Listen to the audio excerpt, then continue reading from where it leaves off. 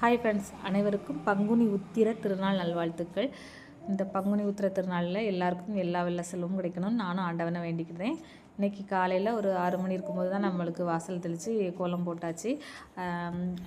மஞ்சள் கலந்த தண்ணீர் தெளித்து கோலம் போடுங்க, அது நல்லது வீட்டுக்கு எப்போவுமே.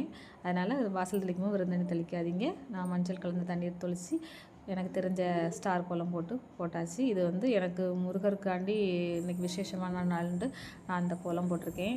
நல்லா இருக்கா? பிடிச்சிருந்தா சொல்லுங்கள். நல்லா பிடிச்சிருந்தா நம்மளோட சேனலை சப்ஸ்கிரைப் பண்ணுங்கள். மறக்காமல் நம்மளோட வீடியோவுக்கு சப்போர்ட் பண்ணுங்கள், ஷேர் பண்ணுங்கள், கமெண்ட் பண்ணுங்கள். வாங்க வீடியோக்குள்ளே போகலாம். நாங்கள் பக்கத்தில் இருக்க தோரணமலைக்கு தான் வந்திருக்கோம். தோரணமலையில் இன்றைக்கி வந்து கிரிவலம்னு வச்சுட்டு நாங்கள் காலையில் ஒரு 7:30 இருக்கும். அப்போ தான் வந்தோம். வந்து பார்த்தோம், இங்கே கிரிவலம் இன்றைக்கி இல்லை அப்படி சொல்லிட்டாங்க.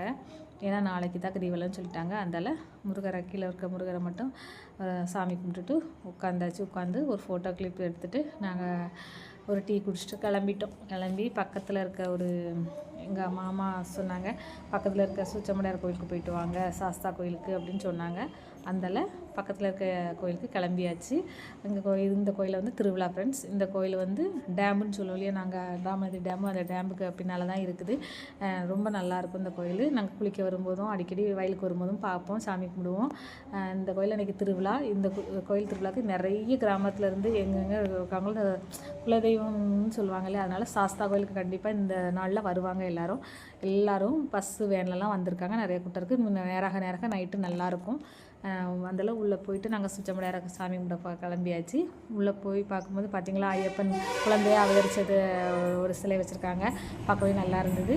அதையும் பார்த்து முதல்ல வணங்கிட்டு அதுக்கப்புறம் உள்ளெல்லாம் எல்லா தெய்வங்களையும் வணங்கியாச்சு. நிறைய தெய்வங்கள் இருந்து நான் நிறைய வீடியோஸ் எடுக்க முடியல ஃப்ரெண்ட்ஸ். நிறைய தெய்வங்கள் இருக்குது. சிவன் இருக்குது, பார்வதி இருக்குது, மகாலட்சுமி இருக்குது, பெருமாள் இருக்குது, முருகர் இருக்காங்க. நிறைய மாடர்ன் சாமியிலே நிறைய இருக்குது. நிறைய சாமி இருந்தாங்க. பேச்சம்மன், நிறைய அம்மனும் இருக்காங்க. நல்லா இருந்தது பார்க்கும்போது. உள்ள நல்லா அலங்காரம் எல்லா தெய்வங்களுக்கும் நல்லா அலங்காரம் பண்ணி சிறியெல்லாம் போட்டிருந்தாங்க. ரொம்ப பார்க்கவே அழகாக இருந்தது. மற்ற நாளைக்கு நம்ம வருவோம், சிம்பிளாக இப்போ பூஜை நடந்துகிட்ருக்கோம். ஆனால் திருவிழாங்கும்போது நமக்கு நடந்துட்டு இருக்கும்போது பார்க்கும்போது நல்லா இருக்கு இல்லையா, நல்லாயிருக்கு. இந்த மாடர்ன் சாமிகளெல்லாம் பார்க்கும்போது நிறைய வீடியோஸ் நிறைய சாமிகளே எடுக்கலை. இது எனக்கு இன்றைக்கி எடுக்கணும்னு தோணுச்சு. இந்த இதை பார்த்தோன்னே எடுத்து உங்களுக்கு ஷேர் பண்ணுறேன். பிடிச்சிருந்தா லைக் பண்ணுங்கள், மறக்காமல் நம்மளோட சேனலை சப்ஸ்கிரைப் பண்ணுங்கள். இந்த மாதிரி நல்லா தரிசனம் பண்ணிட்டு கொஞ்சம் நடி உட்காந்துட்டு வந்தாச்சு ஃப்ரெண்ட்ஸ். ஆனால் மதியெல்லாம் கண்டிப்பாக அன்னதானம் உண்டு, நைட்டுக்கும் உண்டு, நாளைக்கு வரைக்கும் இருக்கும். வீட்டுக்கு வந்தாச்சு. சாமியெல்லாம் கும்பிட்டுட்டு வீட்டுக்கு வந்து இன்றைக்கி இப்போ தான் விளக்கு போடுறேன். நல்ல டயத்தில் போடணுன்ட்டு போட்டேன். காலையில் கிரிவலம்னு தான் நான் விளக்கு போடாமல் போயிட்டேன். வந்து ஒரு 10:30 இருக்கும். வந்து வீட்டில் விளக்கு ஏற்றி சாமி கும்பிட்டு இன்றைக்கி நாளை எனக்கு தெரிஞ்ச மாதிரி பூஜை பண்ணி முடிச்சாச்சு ஃப்ரெண்ட்ஸ்.